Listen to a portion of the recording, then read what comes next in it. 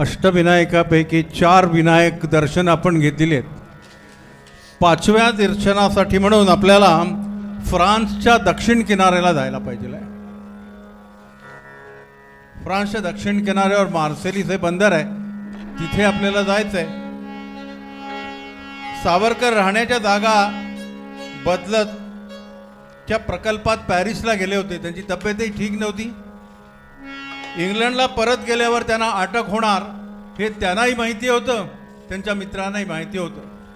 त्यांच्या मित्रांनी असं सांगितलं सहकार्याने की तुम्ही पॅरिसला आला असाल तर कशाला लंडनला जाताय, कारण आंतरराष्ट्रीय नियमाप्रमाणे त्यांना पॅरिसमध्ये फ्रान्सचे पोलीस अटक करू शकणार नव्हतेच. पण सावरकर हे नेते होते, मी मागे नाही राहणार.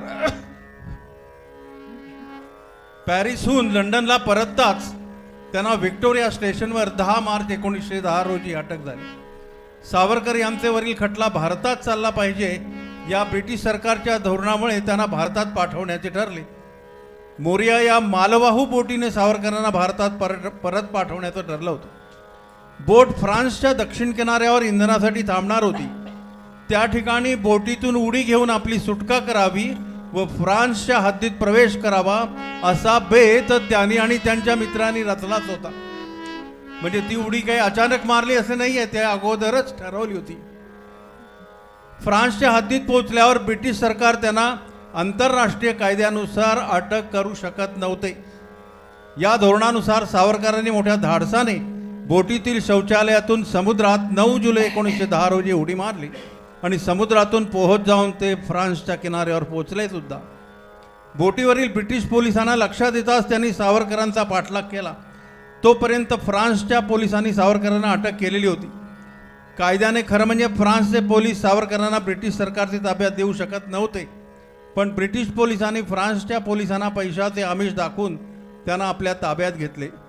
त्याच मोरिया बोटीने सावरकर भारतात परतले. ही उडी मोठी जगभर गाजली.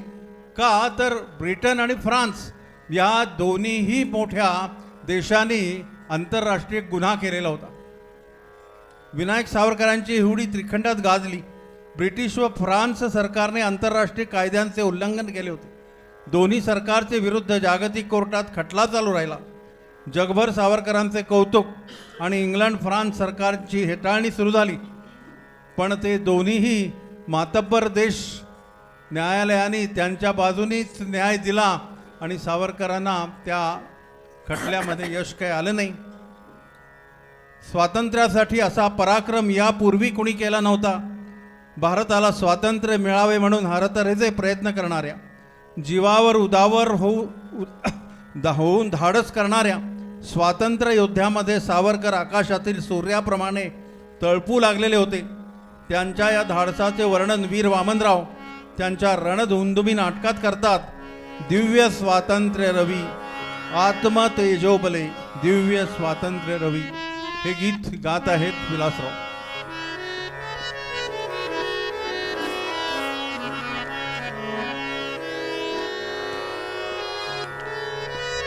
दिव्य स्वातंत्र्य रवी दिव्य आत्मतेजोबले आत्मतेजोबले प्रगटला धरणीवरी प्रगटला धरणीवरी त्यालो पविल दिव्य स्वातंत्र्य रवी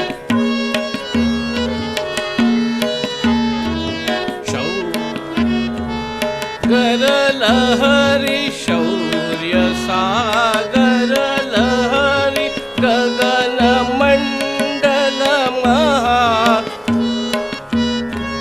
कवण त्या भेदिता कवण त्या अबल कर थोपवी दिव्य स्वातंत्र्य रवी दिव्य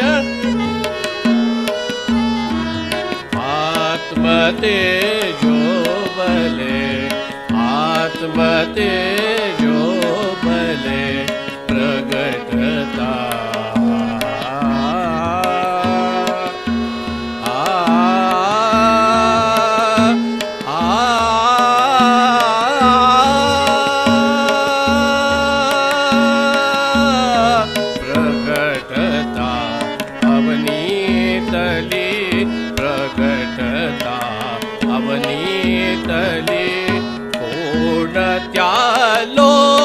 थोपवी दिव्य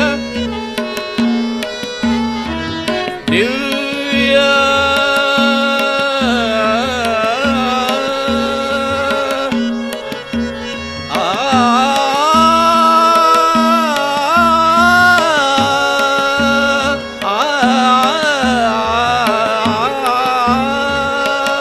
दिव्य स्वातंत्र्य नवी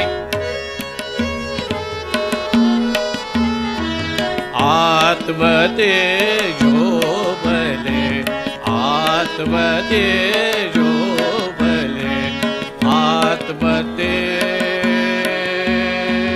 आत्मतेजो बले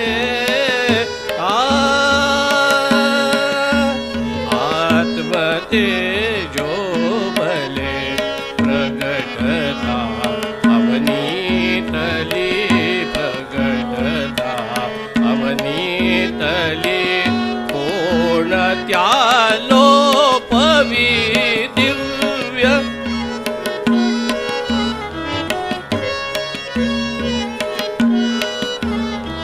शौर्य सागर लहरी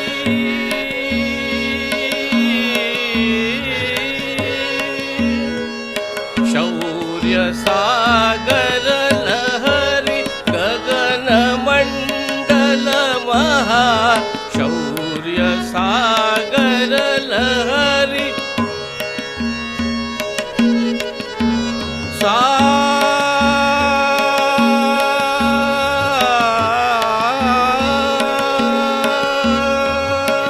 शौर्य सागर लहरी गगन मंडल महा भेदिता कवणत्या भेदिता कवणत्या अबल कर थोपवी दिव्य स्वातंत्र्य रवी दिव्य